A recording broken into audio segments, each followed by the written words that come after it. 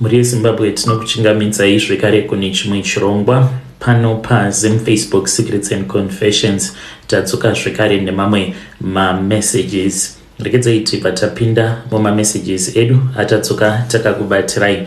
Message yedu yokutanga yakamira sekudai so: hanzi makadi zvenyu mukoma, ndinokumbirawo kuti munge muchindiposterawo nyaya yangu makavikawo chitupa changu. Ininiwo ndinoda kureururawo kuti apo patakaviga this other cousin sister of mine ainge achigara kuMbare. Cousin sister yangu uyu anotogara kuMbare kusvika pari nhasi, but akafa. Asi pano havatozvizivi kuti iye akafa, ndiye watinoshandisa mudzinza. Cousin sister yangu iyi inoita zvekuruka musoro ikoko kuMbare, but vanhu havatozvizivi kutoti vanotogara nemunhu akafa, kana kuti muchirungu ravanoti zizombi. Saka izvi zvemazombi hanzi zvakatangira kuMalawi. Sekuru vedu vakamboenda kuMalawi uko kwavakambonogara neumwe mukadzi wavainge vachidanana naye mushure mekunge vatiza koko. Saka variko kuMalawi ikoko hanzi ndo pavakanzwa nyaya dzemavampire uye zvekare nemazombi, vanhu vanomutswa kubva kuvafi. Saka pavakanzwa nyaya iyoyo ichitaurwa, hanzi vainge vari kudoro, ndo pavakabva vachizotanga kubvunzisisa umwe murume, vakabva vachizoenda naye kune rimwe village uko kwainge kuine imwe n'anga yacho yainge ichinzi inogona kumutsa vafi. Vakabva vachizoponda umwe murume. Mushure mekunge vamuponda murume iyeye, ndokubva vachizomumutsa, vakatanga kushandirwa naye murume wacho iyeye. Vakazotanga kuita zvekubata hove apo pavainge vava kuMozambique, vakatovhura kambani yavo uye zvekare vakatotenga zvikepe zvavo variko kuMozambique. Vaita mari, hanzi vaita mari yakawandisa. Sekuru vangu vakabva vachizodzoka kuZimbabwe, hanzi mushure mekunge hondo yapera muna 1982.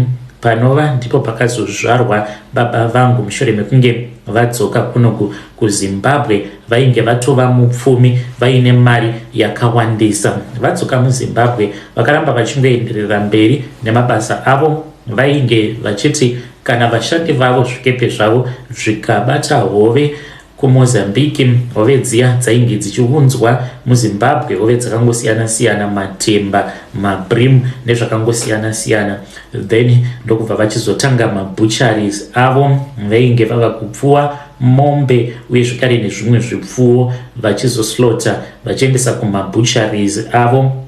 Vakabva vachizotanga kuona mweya weChipoko, murume uyo wavakauraya vari kuMalawi, ainge ava kuvanetsa achiti ndinoda mukadzi, chindipa 1 pakati pevana vako vasikana. Saka sekuru vakazoita undyire mushure mekunge vati vamwe vatete avo vainzi Martha, hanzi vainge vakanaka zvisingaite vatete ivavo. Saka vakabva vachizoti uyu Martha mwana wangu ndiye wandasarudza kuti ange achizova mudzimai wako. Saka mushure mekunge vazonzwa zvichinzi mwana wavo ainge atizira vatete, pavakatizira vakatorwa nomwe murume ainge aine mari, vanzi vakabva kumusha vachiuya muHarare vachida kuti vange vachizotora vatete kuti vange vachidzokera navo kumusha, sezvo vainge vari mukadzi wemunhu nechekare, vainge vari mukadzi wechikwambo. Asi pavakasvika vachiona kwacho kwainge kuchigara vatete, hanzi vakabva vachizobatwa nemweya weruchiva. Vakabva vati gara zvako, ndiri kuzviona kuti wakagara zvakanaka mwanangu, handikakudzivisi. Saka chigara zvako zvakanaka, uchigara nemurume wako zvakanaka, muchichengeta vana venyu. Saka pavakadzokera kuPrazi, hanzi ndo pavakaona bhuru iri, hanzi rakataura navo, vashandi vavo varipo. Bhuru iroro hanzi rakataura rikati, sahwira yawatanga iyi, nyaya iyi ihombe, uchaigona here? Saka mushure mekunge zvinhu izvozvo zvaitika, hanzi mumuri makachizotanga kufiwa 2 bed. Hanzi vanhu vaifa left, right and center.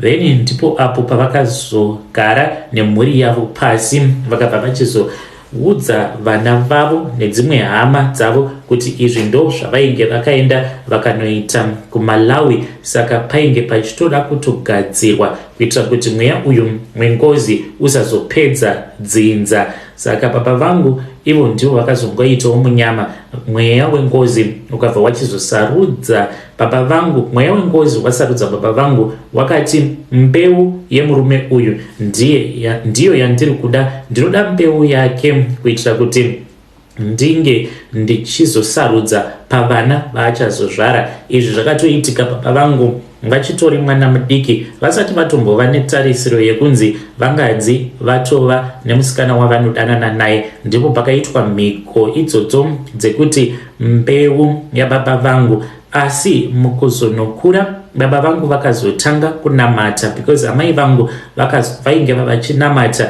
Ndiyo nyaya yavakazofira iyoyo, nekuti sei iwewe uchiita zvokunamata, isu muno mudzinza tisingadi vanhu vanonamata. Saka mushure mekunge baba vatanga kunamata, mweya wengozi wakatanga zvekare kurikita uchikwazha vanhu, ndokubva pachizosarudzwa vamwe bamukuru avo vane mwana ari kuMbare, cousin sister yangu, akazosarudzwa kuti ndiye anofanira kuti ange achizofa. Saka akafa rufu runorwadza kutaura, zvinotondirwadza mukomanashi. Mushure mekunge ashayika, takaenda kumakuva sedzinza, hapana ainge asipo, including nevazukuru. Mukomanashi takaenda kumakuva nemakombi matatu, nekuti ndine hama dzakawandisa. Apa hwainge huri usiku, takadhiraivha mumakuva mukoma, takadzima malaitsi. Dhiraivha ainge achitoita zvekutoshandisa tochi, achibatidza tochi achidzima. Izvi takazviitira kumakuva ekumbudzi kunova kuriko kwakavigirwa cousin sister yangu. Ndokubva tachizoenda paguva, because mamwe mabrothers angu nemacousin vainge vaendako kumbudzi achiri masikati, vachingotenderera pambudzi paya kuitira kuti tisazorasika. Ndobva taenda paya tikaungana tiri paguva, ndobva tachizomuudza kuti tainge tichida kuti ange achimuka. Yainge isiri mhosva yake kuti ainge akazvarwa mudzinza rine ngozi, but aifanira kuti ange achirwira vamwe vapenyu vainge vasara, nekuti dzinza kana ainge asingazomutswi kubva kuvakafa, dzinza raizoparara, nekuti mweya uyu wemufi wainge uchida mukadzi. Takamumutsa tikatora kamwe kamwana keimwe hanzvadzi yangu kainge kachiri ne1 month, kamusikana, tikabva tachizokaradzika pamusoro peguva. Zvikabva zvachizonzi kuzonosvika mwana uyu achizonochembera, iwewe unenge uchifanira kuti unge uchizofamba uri munyika yevapenyu kuitira kuti unge uchichengetedza dzinza rako. Murume ndewako, asi kuzonosvika mwana uyu achizonomera mazamu uye zvekare achizotanga kutevera murume, unofanira kuti unge uchizorara naye nguva dzose. Saka mwana uyu wehanzvadzi yangu atokura mukoma, asi haatomboiti zvevanhurume nekuda kwekuti murume wake anaye, murume wake mweya wengozi. Murume uyo akapondewa nasekuru vedu pavainge vari kuMozambique. Cousin sister yangu anotogara kuMbare. Paanotogara tinotopaziva, because tinongoita zvekungoroteswa. Kana kuri kunzi akatanga kugara somewhere else, but anofanira kungotenderera muMbare imomo, asingabudimo muMbare.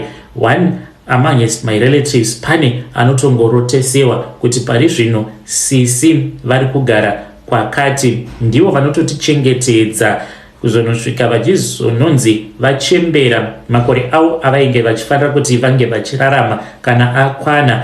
Then mwana uyu ndipo paanozonyanyisa kushandiswa nemweya wengozi. Ndo zvatakaitawo izvi sedzinza, vanhu vakawirirana nekuti tainge tichida kurarama. Hanzi semhuri tainge tichida kurarama, asi munombozvibvunzawo here nhai vahanzvadzi kuti uyu wamakauraya, mukadzi uyu wamuri kuti Chipoko chinotofamba munyika yevapenyu, mukadzi anogara kuMbare, iwo ainge asingadi kurarama here? asi ngatitaurei navo vanzvadzi vedu ava mucomment section. Ndo message yandakatumidzirwa ichibva kwavari. Inzwaiwo nyaya iri pano. Hanzi mukomanashi isuwo takachekeresa maid wedu apo patainge tichiri kugara muwaterfalls. Izvi zvakaitika kudhara mukoma, but pari nhasi tava kuti kana tichidya nyama. Izvi zvakaitika kunyangwe mazuva adarika awo. Murume wangu akatenga mbudzi tichiti tainge tichida kuti tinge tichizoisa mufiriji. Ndakazongonzwa yava mhere panze. Murume wangu akapinda mumba achiridza mhere. Ndikabva ndati kochi, akandiudza kuti ainge aona ruoko rwamaid.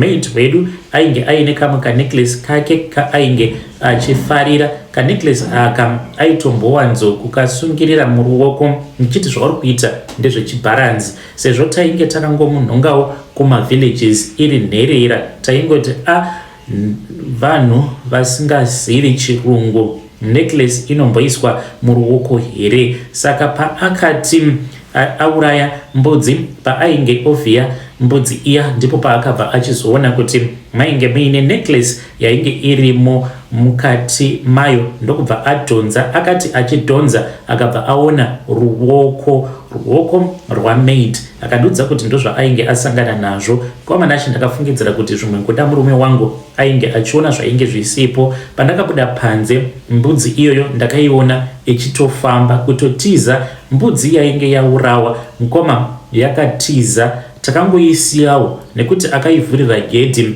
hatina kumuona. Takangoona gedhi richizvivhura, ndokubva taisiya. Tikatya kuti kana kuri kunzi maneighbors edu vakazozviziva kuti ndozvaitika, everyone anobva atozviziva kuti takaromba. Takangosiyanawo nayo, tikangovhara gedhi redu tikasiyana nazvo. Kubva ipapo mukomanashi nemurume wangu tiri kungogara tichingoona chipoko chamaid. Saka maid wedu tainge tisingatodi kumuchekeresa, but mamwe masituations awo atinosangana nawo mukurarama anongorwadza. So zvakaitika mukomanashi ndezvekudai.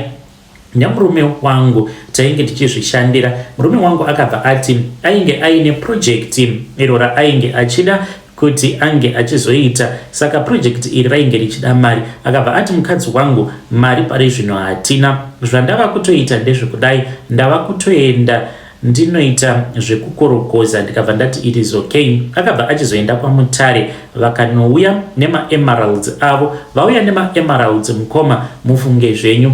Ma-emeralds iwawo akazongovharwa, vaenda kunotengesa. Iye akabva achizongovharirwa panze, vakangosungwa nemapurisa. But later on we then found out kuti vamwe vose mukomanashi vakatongosungwa zvefake, but mari vakadzipiwa. Saka ndakabva ndachizomudza murume wangu kuti taifanira kuti tinge tichisiyana nazvo, but iye akaramba achiita nharo, akazosvika pakukuvadzwa navo varume ivavo. Saka takabva tachizotanga kufamba sevanhu vainge vakavharwa mari. But mukufamba kwedu kwatainge tichiita mukoma, taingoudzwa nyaya iyoyo yekuti murume wangu iye ainge aine mweya wejambwa nemunyama uyo wainge uri paari, wainge usingadiwo chakanaka. Ndokusaka tainge takavharwa mari. Tikabva tati zvino sekuru tozvifambisa sei? Takabva taudzwa kuti taitofanira kutoti tinge tichitoromba, nekuti murume wangu munyama waainge ainawo wainge wakanyanyisa zvekuti kana mishonga chaiyo yainge isingatoshandi. Ndokubva tachizosarudza kuzoromba. Saka mukunoromba kwedu kwatakaita, takatonzi tinofanira kutoti tinge tichitoromba tichitoshandisa ropa remunhu asina dzinza nesu. Takagara pasi tikati dhum kufunga, tikabva tati zvino pano tozvifambisa sei? Munhu watingashandisa ndiani? One day ndakati ndakagara ndiine stress, ndo pandakangotarisa maid wangu, ndikabva ndati uyu maid uyu anoita ndiye wandava kutoda kuti ndinge ndichitoshandisa. Ndakazotaura nemurume wangu. Mushure mekunge ndataura nemurume wangu, murume akabva achizobvuma, akabva ati ya zvinoita. Ndokubva tachizochekeresa maid.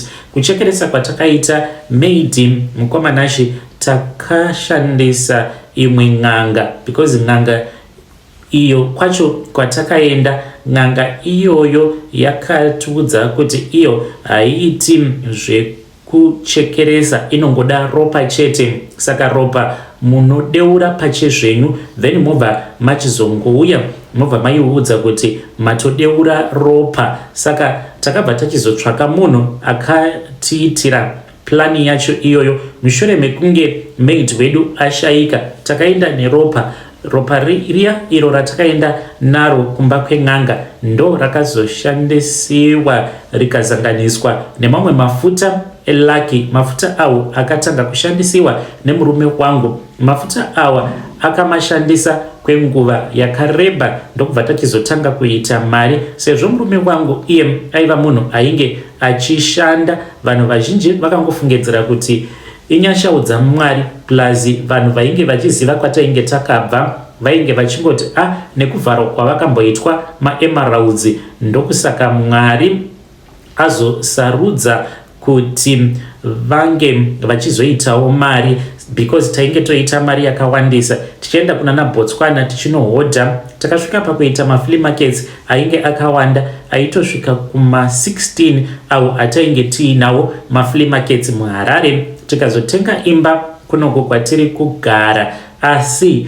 dambudziko ndiroro mukoma rekuti as long as uchiziva kuti mune munhu wamakachekeresa, zororo haumbofi wakariwana. Ndinongogara ndichingofunga nguva dzose kuti kana kuri kunzi chikwambo ichi chikatanga kutipengesa, because zvinoitika paya pamunenge maromba, dzimwe nguva unokwanisa kungoona zvimwe zvinhu zvinenge zvichityisa zvekuti umwe munhu asina kuromba akasangana nazvo zvinhu izvozvo anokwanisa kana kutofa. But isusu mukoma nekuda kwekuti takasimbisiwa, zvimwe izvo zvatinosangana nazvo unenge usingatombotyi zvachose, but kupenga ndiko kwandinotya, nekuti pose apo patinoenda tichinorenyuwa mishonga yedu iyi tinotosangana neumwe chete anenge abva mukurohwa nezvinhu zvake zvava kumupengesa, zvinova zviri zvinhu zvinotyisa. Hama dzangu, kana mukaposta nyaya yangu ndiziviseiwo, ndichange ndichizotevererawo ndiri mucomment section. Iniwo ndangouya pano ndichida kungoreurura kuti ndige ndichingokuzivisaiwo kuti kuromba hakuna kunaka, nekuti kana ukangogara waromba, there is no more turning back.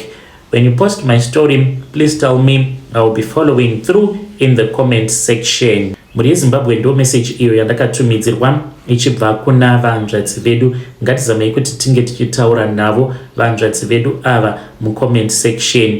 Zvakangooma hazvo vedu we pakaipa hanzi vanoona zvimwe zvinhu zvinovatyisa nguva dzose. Vanotya kuti vanokwanisa kuzongotanga kungopenga anytime soon, nekuti pose pavanoenda kun'anga vanenge vachingoona vamwe vanhu vanouya, vamwe vanenge vachipenga, vamwe avo vanenge vabva mukurohwa nezvinhu zvavo. Saka ngatitaureiwo navo mucomment section. Hanzi handisi kuda hangu rubatsiro, asi handidi kuti vamwe vanhu vange vachiromba sezvandakaita ini nemurume wangu. Ngatisanganei zvekare mune zvimwe zvirongwa zvinotevera. Musakanganwa kudownloada application yenyu yeTrenza, iko zvino zvimava kukwanisa kuteverera machannels amunofarira. I have since updated.